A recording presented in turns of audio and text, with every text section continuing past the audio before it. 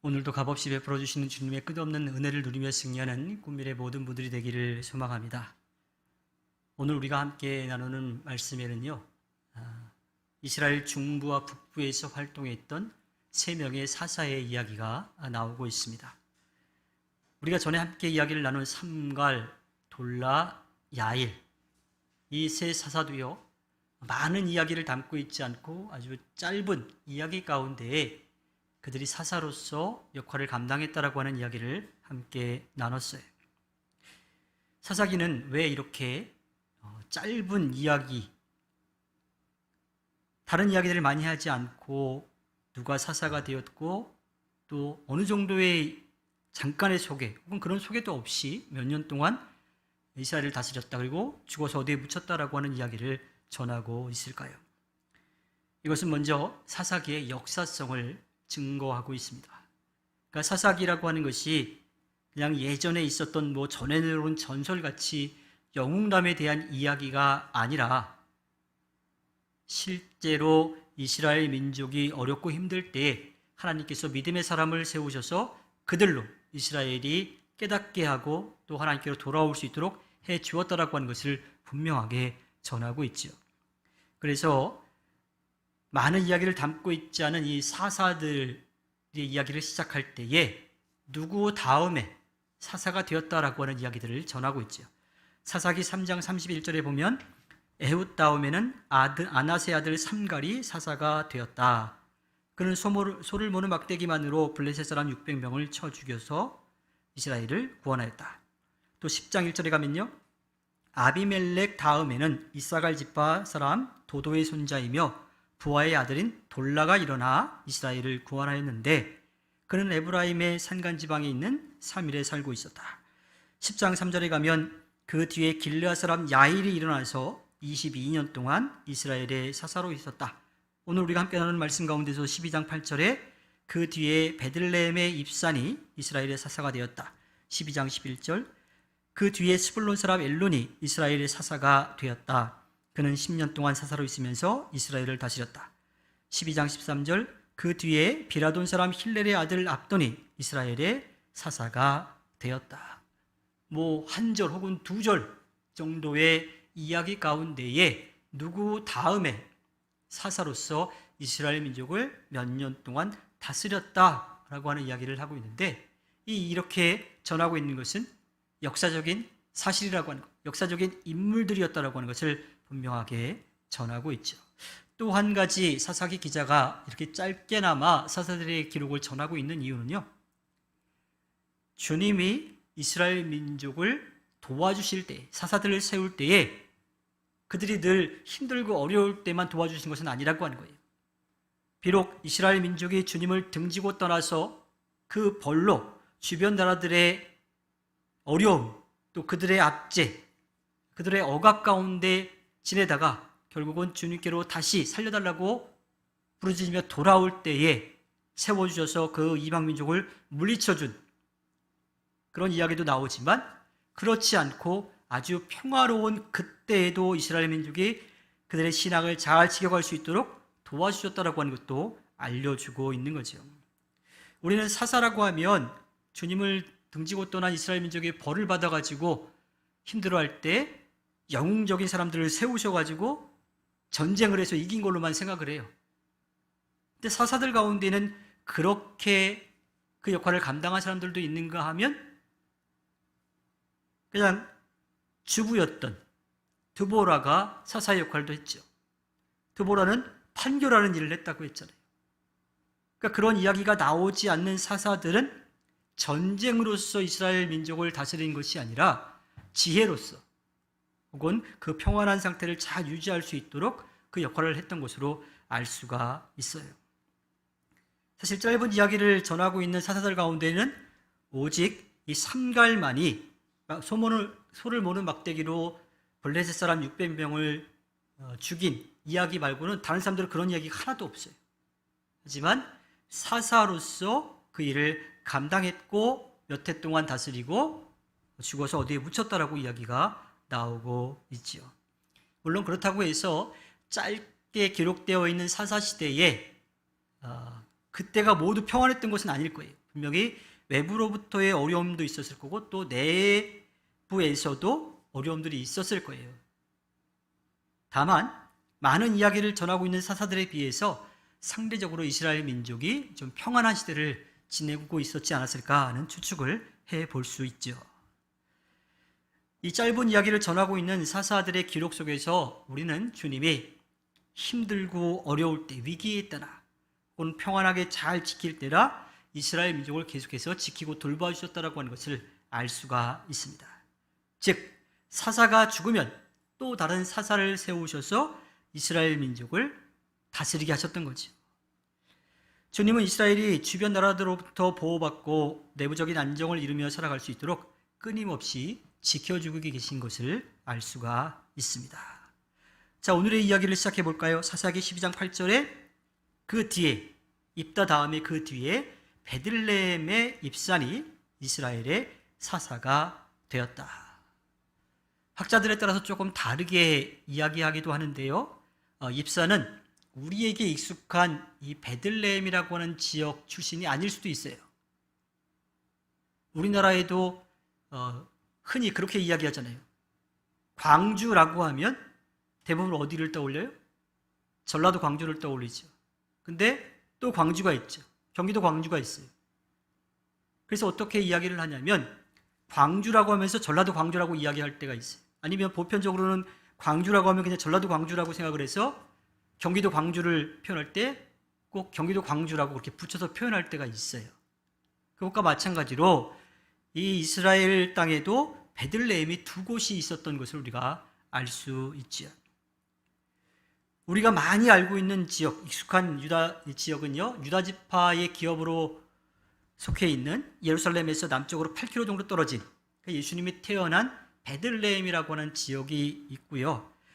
여호수아 19장 15절에 가면요, 또 갓단과 나할랄과 시므론과 이달라와 베들레헴 이렇게 12성읍과 그 주변 마을들이 여기에 포함된다.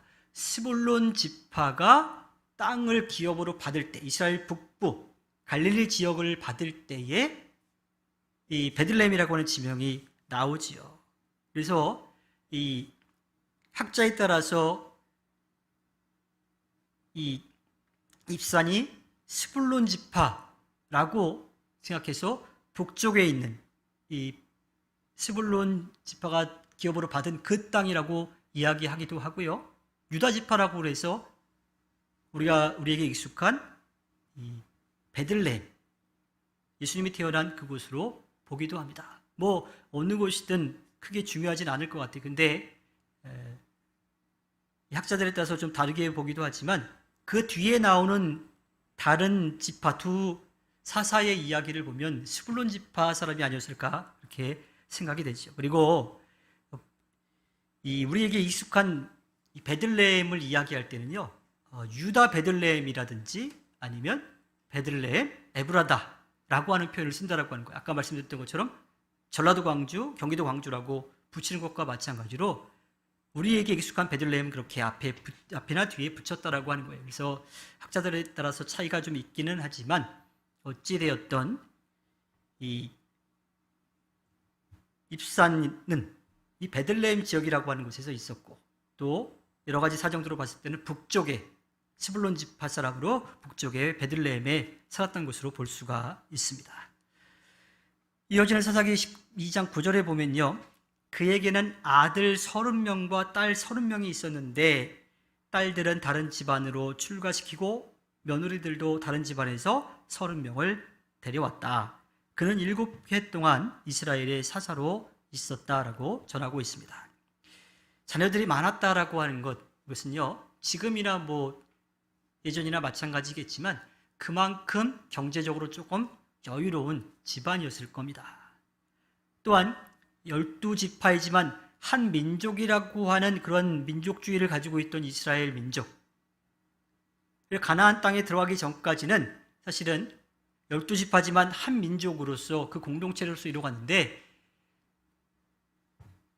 이 가나안 지역을 차지하고 나온 다음부터는 조금 지파 중심의 그런 이제 삶을 살았던 거예요. 그래서 서로 가까운 지역에 있는 지파들끼리 갈등하기도 했었고요. 또 연합하기도 하기도 했었습니다. 그래서 이 입산에 대한 이야기 가운데 자녀들도 많았는데 며느리들도 밖에서 내오고 또 딸들도 밖으로 시집을 보냈다 그래요.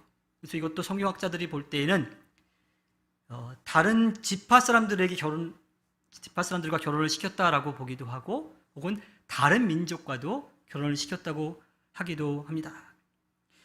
근데 중요한 것은 이 공동체를 이루어가는 데 있어서 연합이라고 하는 것에 대해서 힘을 썼지만 흩어져 있는 힘을 사람의 힘으로 모으려고 했던 그러한 모습을 볼 수가 있습니다. 그러니까 하나님을 의지하기보다는 사람의 힘을 의지했던 것을 볼 수가 있지요. 그 입사는 이제 그렇게 해서 사사로서의 역할을 감당했고요. 이어지는 이 엘론에 대한 얘기가 나옵니다. 사사기 12장 11절에 그 뒤에 스불론 사람 엘론이 이스라엘의 사사가 되었다. 그는 14년 동안 사사로 있으면서 이스라엘을 다스렸다. 입사의 뒤를 이어서 엘론이라고 하는 사사가 이스라엘 민족을 다스리게 되었습니다. 사사기 기자는 엘론이 10년 동안 이스라엘 민족을 다스렸다라고 하는 이야기 외에는 다른 어떤 이야기도 전해주고 있지를 않아요. 그렇게 봤을 때에 엘론이 사사로 있는 동안에는 이스라엘 땅의 그 북쪽 지역에 그다지 어려움이 없었던 것으로 우리가 볼 수가 있지요. 이어지는 세 번째 사사 압돈에 대한 얘기가 나옵니다. 사사기 12장 13절에 그 뒤에 비라돈 사람 힐렐의 아들 압돈이 이스라엘의 사사가 되었다. 엘론이 죽은 다음에 이 압돈이 사사가 되었다라고 하는데요. 비라돈 비라돈 사람이라고 이야기를 해요. 이것은 가나안 땅의 중부 지역으로 아말렉 족속이 거주하고 있었던 에브라임 산지 유역이에요. 그러니까 아말렉 사람들이 있었던 곳에 살았던 그런 압돈이라고 하는 사람이죠. 14절에 가면 그에게는 40명의 아들과 30명의 손자가 있었는데 그들은 나귀 70마리를 타고 다녔다. 그는 8해 동안 사사로 있으면서 이스라엘을 다스렸다. 압돈에게도 많은 자녀가 있었다라고 이야기합니다. 기드원도 70명의 아들이 있었다 그랬잖아요. 그 외에도 또 첩의 아들도 있었다라고 그랬어요. 자, 그러한 모습들을 보았을 때에 이 압돈도 많은 것을 누리면서 살았던 사사임을 알 수가 있죠. 또한 나귀가 70마리가 있었다라고 하는데 지금으로 따지자면 아주 좋은 고급 자동차라고 볼 수가 있습니다. 고대 근동에서 나귀를 타고 다니는 것 자체가요 존귀와 번영을 상징했기 때문이지요. 따라서 압단이 이 사사로 있는 동안에 이스라엘은 또 평안한 그러한 시기를 보냈을 거고요. 또 압돈은 경제적으로 여유로운 삶을 살았던 것으로 볼 수가 있습니다. 그리고 오늘의 마지막 절에 보면요. 사사기 12장 15절에 비라돈 사람 힐렐의 아들 압돈은 죽어서 아말렉 사람의 산간 지방에 있는 에브라임의 땅 비라돈에 묻혔다라고 전하고 있습니다. 이 비라돈 지역이라고 하는 것, 에브라임 땅, 특별히 아말렉 사람의 산간 지방이라고 하는 이야기를 하고 있는데 이 기드원 때부터 있었던 주변 나라들의 이 공격들, 이스라엘 민족이 겪었던 어려움들을 이제는 그 이방 민족들을 다 정리했다라고 하는 것으로 볼 수가 있어요. 아말렉 사람들이 지냈던 그곳을 다시 탈환해가지고 거기서 살았고 또 거기에 묻힐 수도 있었던 거죠. 그래서 이스라엘 민족을 괴롭히던 주변 나라들을 이제 하나하나 다 정리한 것으로 볼 수가 있습니다. 물론 우리가 다음에 나눌 가장 유명한 사사 가운데 한 명인 삼손의 이야기가 남아있지만 어느 정도의 평안함을 유지했던 그러한 시대인 것으로 알 수가 있지요. 우리는 사사기 기자가 짧게 전하고 있는 입산 엘론 또 압돈의 이야기를 나누면서 몇 가지를 살펴보았습니다. 사사들은 난세의 영웅들만은 아니었다라고 하는 거예요. 전쟁에 나가가지고 사람이 할 수 없는 그런 승리만을 거둔 사람들이 아니라고 하는 겁니다. 평화를 유지하는 일도 사사들의 일이었다라고 하는 것을 알 수가 있고요.